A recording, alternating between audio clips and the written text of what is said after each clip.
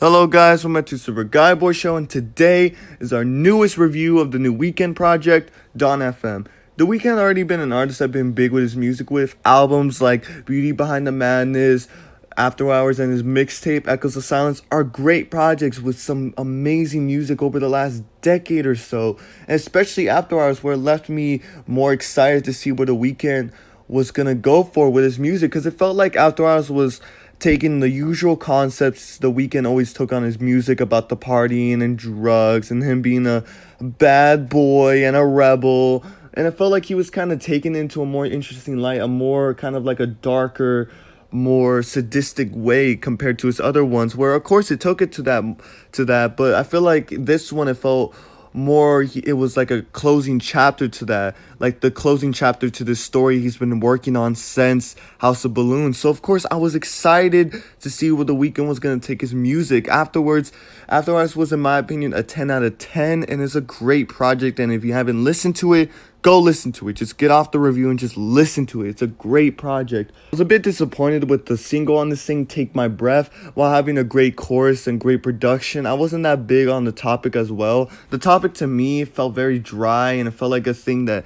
Abel has already been doing for the last like 10 years or so, and it was like getting kind of boring that he was still working with this angle. So of course, while I was so excited to hear this project, another side of me was kind of worried that the Weeknd was going to run into a wall of ideas that he's been working with for so long, that it's going to feel very dry and just very, kind of all over the place. But Jesus, did he pull it off. First off, the track Take My Breath is given an extended edition on here, where in my opinion the extended version is a way more better rendition compared to the single version. I actually prefer the extended version over the single version.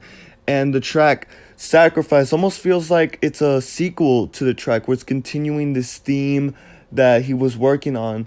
And it feels like he's taking it where the relationship that the Weeknd was talking about on that track is now going a lot more riskier, where the Weeknd now doesn't even care about saving this person, and he doesn't even care about even if the person dies or so. And it kind of is interesting because there's also this whole theme of purgatory and death on this thing that's introduced with the intro. The intro is so grand, it has this grand production, the Weeknd singing like usual is great. It almost reminds me of the Echoes of Silence track XL/The Host. It's a great opener on this thing, and it introduces the overall concept of the Weeknd being in purgatory, and Jim Carrey also, who's kind of like the narrator of this entire album. Yes, that Jim Carrey. Although Jim Carrey doesn't really take away anything. In fact, I feel like he benefits from this album. I feel like he extends the themes of purgatory a lot more, playing as this radio host. And as weird as that concept may sound, he does it pretty well. Take the closing track, Phantom Regret, where he does a bit of some spoken word, where he's talking about all the plans he had planned, getting all postponed, and all the regrets you're gonna take to your grave. I feel like this is kind of like an ambitious undertaking, where we don't know what either happens to Abel and all of that. And then, like, you can tell me what y'all think about what this track is. I personally see it as Abel either being stuck in purgatory, or we just don't know what happens to him.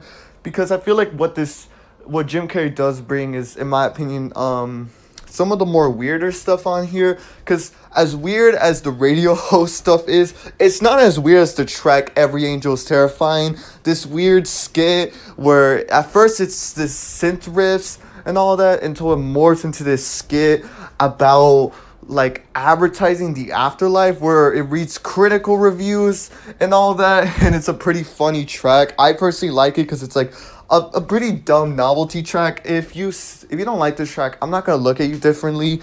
I'm not gonna act like you're missing something out of it. But I personally like it for the fact that it's just such a weird track. And the track Here We Go Again with Tyler the Creator is a pretty great R&B ballad, where the Weeknd is singing over this nice luscious instrumentals, where the synths sound very nice and the background vocals are laced in there very well. My only issue with this track is Tyler's feature. I feel like Tyler's feature could have been done a lot more better. I feel like vocally he's pretty underwhelming.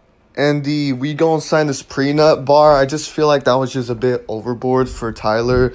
I just feel like for a track that's this laid back, I just feel like he was very underwhelming and underperforming. Another track that is a favorite of mine is "Out of Time," one of the more laid back and weirdly an 80s R&B throwback where the instrumental has a simplistic feeling to it. The drums are very simple. They have a simple drum pattern, and The Weeknd gives one of his more laid back performances. It's still great, but I feel like for this track, he does a pretty good job, and it does sound like something that Babyface would like sing over. It just sounds amazing.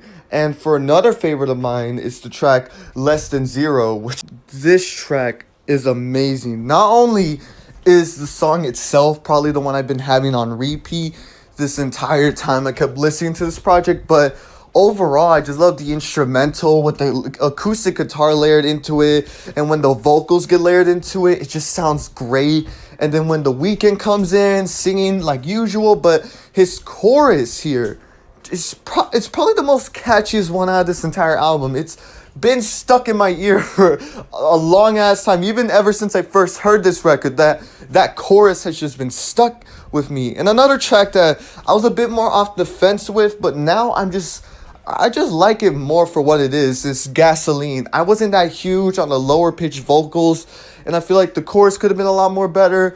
But I think the more I kept listening to this album, the more I just kept liking this song more. I like the groove on it, and the lower pitch vocals, while still kind of bothering me a bit, I can still listen to it, and it's a bit of an annoyance for me, but I can at least get away from it, and I could appreciate more of the topic of this track, where The Weeknd plays more of a nihilist and someone who just doesn't care about living and all that. And I just personally like it for its topic, and I feel like the sound of it has grown on me more and more ever since I first listened to it. Another track on here that was a bit more off the fence with, "I Heard You're Getting Married" with Lil Wayne. I'm still not big on Lil Wayne's verse. I feel like he's underperforming very, very underwhelmingly.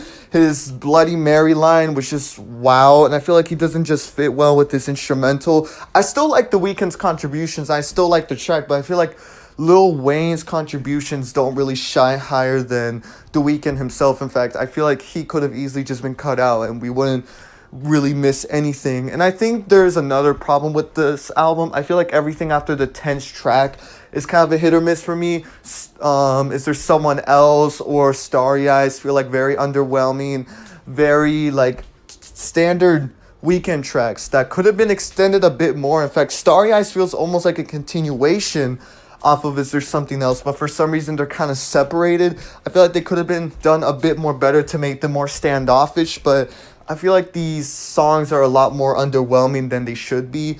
Overall, I love this record. I think this record is great, and I would recommend it. And so far this year, for starting off with this record, this sounds great, and I hope y'all listen to it, and I hope y'all appreciate the way I did on here, because I like where The Weeknd is going for. Sure, I'm maybe not as big compared to After Hours and Echoes of Silence, but it's still a great project. I am feeling an 8 out of 10, closer to a 9 than a 7, and hopefully y'all enjoyed this review. If y'all want an album for me to review, go leave it down in the comments, and if y'all want another comment from a fan, leave it down in the comments, and hopefully y'all have a good day. So yeah, see ya.